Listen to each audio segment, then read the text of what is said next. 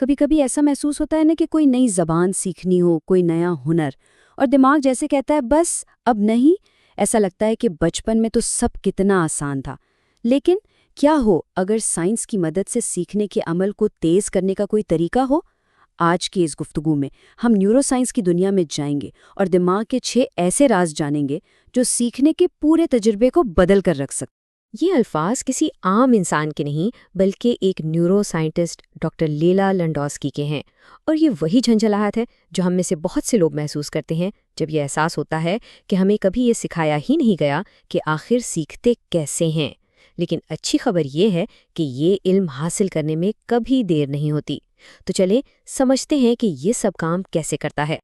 دیکھیں، اصل مسئلہ یہ ہے کہ اسکولوں میں ہمیں یہ تو بتایا جاتا ہے کہ کیا سیکھنا ہے، لیکن کیسے سیکھنا ہے اس پر کبھی بات ہی نہیں ہوتی۔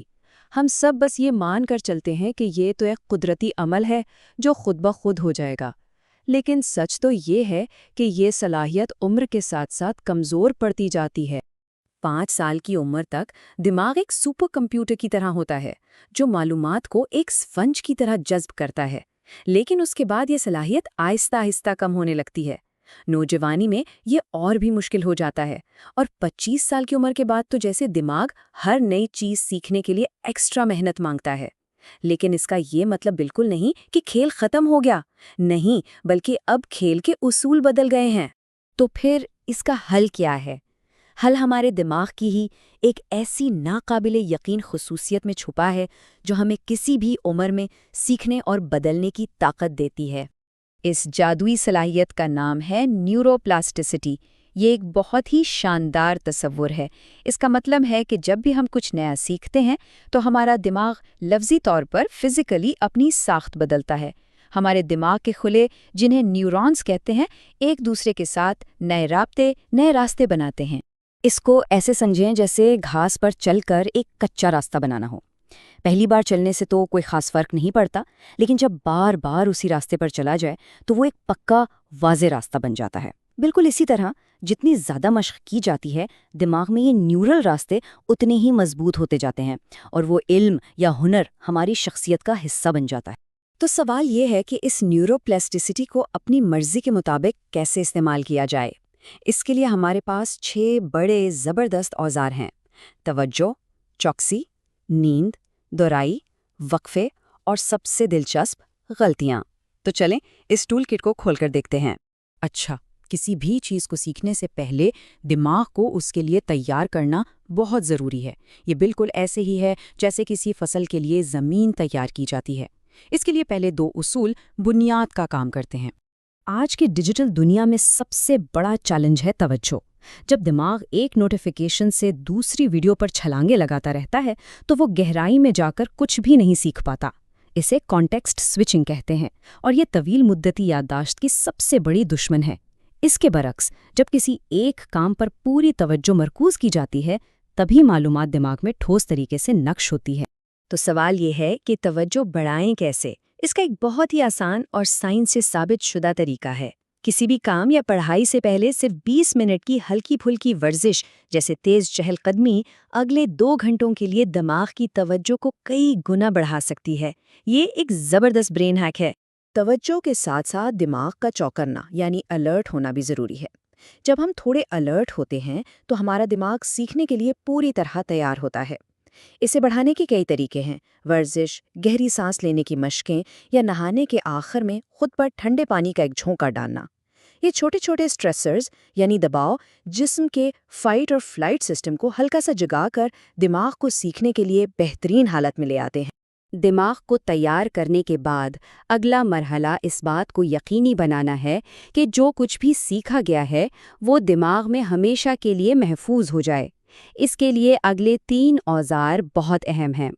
اکثر نیند کو ایک غیر ضروری چیز سمجھا جاتا ہے، لیکن سیکھنے کے عمل میں یہ سب سے اہم ہے۔ دن بھر ہم جو کچھ بھی سیکھتے ہیں وہ ہمارے دماغ کے ایک حصے ہپوکیمپس میں عارضی طور پر محفوظ ہوتا ہے، ایک ڈائری کی طرح۔ رات کو جب ہم گہری نیند سوتے ہیں تو دماغ اس ڈائری سے تمام اہم معلومات کو مستقل یادداشت کی الماری میں فائل کرتا ہے۔ نیند کے بغیر یہ فائلنگ ہو ہی نہیں سکتی۔ اور یہی وجہ ہے کہ امتحان سے ایک رات پہلے رٹا لگانا یادداشت کے لیے سب سے بری حکمت عملی ہے۔ اس سے نہ صرف نیند قربان ہوتی ہے بلکہ دماغ کو معلومات محفوظ کرنے کا موقع ہی نہیں ملتا۔ اس کے بجائے اسپیسڈ ریپیٹیشن یعنی وقفے وقفے سے دہرانے کا طریقہ استعمال کرنا چاہیے۔ اور اس کا طریقہ بہت آسان ہے۔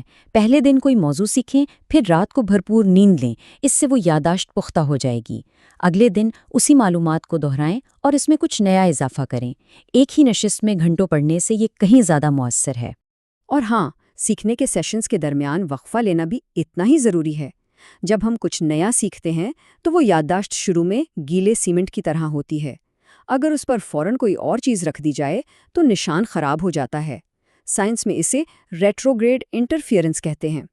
لہٰذا ہر سیشن کے بعد 10 سے 20 منٹ کا پرسکون وقفہ نئی یادوں کو پختہ ہونے کا وقت دیتا ہے۔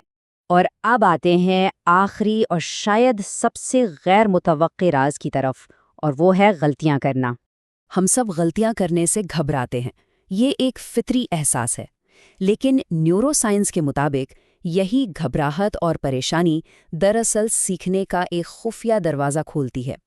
ہوتا یہ ہے کہ جب ہم کوئی غلطی کرتے ہیں تو جو ہلکی سی پریشانی محسوس ہوتی ہے وہ دماغ میں ایک الارم بجاتی ہے۔ یہ دماغ کو کہتی ہے، ایک منٹ، یہاں کچھ گڑبڑ ہے، توجہ دو۔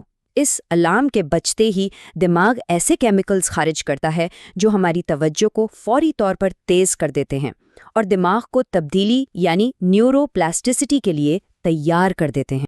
اب اس موقع پر ہمارے پاس دو راستے ہوتے ہیں۔ یا تو غلطی سے گھبرا کر پیچھے ہٹ جائیں جس سے کچھ نہیں سیکھا جاتا، یا پھر اس موقع کو غنیمت جان کر دوبارہ کوشش کریں۔ جب ہم دوبارہ کوشش کرتے ہیں تو ہم دماغ کی اس بڑھی ہوئی توجہ کی حالت کا بھرپور فائدہ اٹھا کر زیادہ تیزی سے سیکھتے ہیں۔ اسی لیے سیکھنا ایک ون ون گیم ہے۔ اگر غلطی ہوتی ہے تو دماغ توجہ بڑھا کر سیکھنے میں مدد کرتا ہے، اور اگر جواب صحیح ہوتا ہے تو دماغ خوشی کا کیمیکل ڈوپامین خارج کرتا ہے جو اس کامیابی کو یاد رکھتا ہے اور دوبارہ کرنے کی ترغیب دیتا ہے۔ یعنی ہر صورت میں فائدہ ہی فائدہ ہے۔ تو خلاصہ یہ ہے کہ تیزی سے سیکھنے کا پورا ٹول کٹ اب ہمارے سامنے ہے۔ پوری توجہ سے کام کریں، ورزش سے خود کو چوکنا رکھیں، نیند کو اپنی پہلی ترجیح بنائیں، وقفے دے کر دہرائیں، سیشنز کے بیچ میں آرام کریں، اور سب سے اہم، غلطیوں سے ڈرنے کی بجائے انہیں سیکھنے کا ایک موقع سمجھیں۔ ان اصولوں کو جاننے کے بعد سیکھنے کی صلاحیت کو کھولنے کی چابیاں اب ہم سب کے پاس ہیں۔ دماغ تو سیکھنے کے لیے ہر وقت تیار ہے، سوال صرف یہ ہے کہ اس طاقتور اوزار سے اگلا کون سا ہنر سیکھا جائے گا۔